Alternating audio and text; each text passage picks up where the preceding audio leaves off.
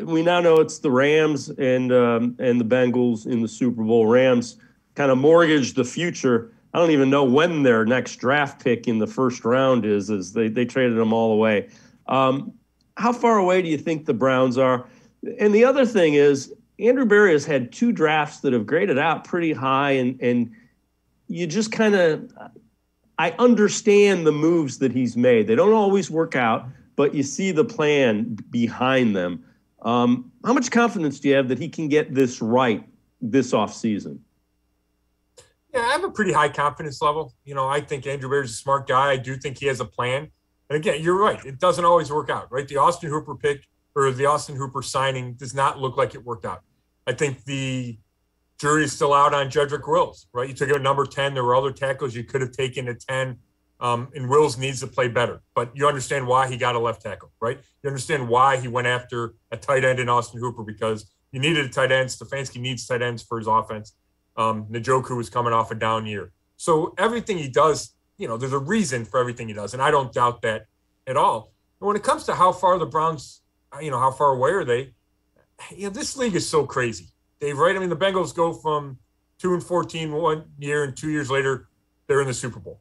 The Rams missed the playoffs last year and then did a bunch of stuff, right? Got rid of their quarterback. So you can change things in a hurry. You look at a team like the 49ers that don't get great quarterback play, but they have a good coach and they have some pieces and they have a strong defense. So there's different ways to do this. So, I would not say the Browns are eons away. I think if they play better and they get better play from their quarterback and passing game, then who knows, right? Then they can put themselves in the discussion. And then it comes down to how do they play and how do they coach when they get to the playoffs? Because you look at yesterday, Kansas City should have won that game, but their coach and quarterback did not perform at a high level in the second half. And that's why they're not around. Now, that's unexpected, but it comes down to rising to the occasion. And, the teams that advance to the Super Bowl do that, and the teams that don't. You just have to give yourself a chance. And I think with the roster and with a better passing game, the Browns can give themselves a chance. The other thing I would say is, the Rams, the 49ers,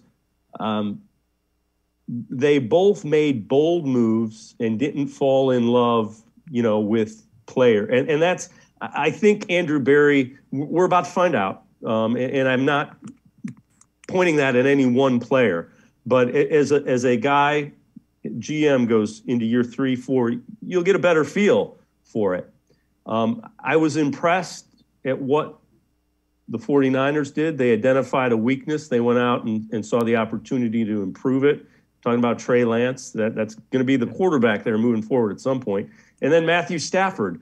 So we'll get a better sense as Andrew Berry goes on, but I think he's going to be a guy that, we need to improve here. I'm going to go improve here.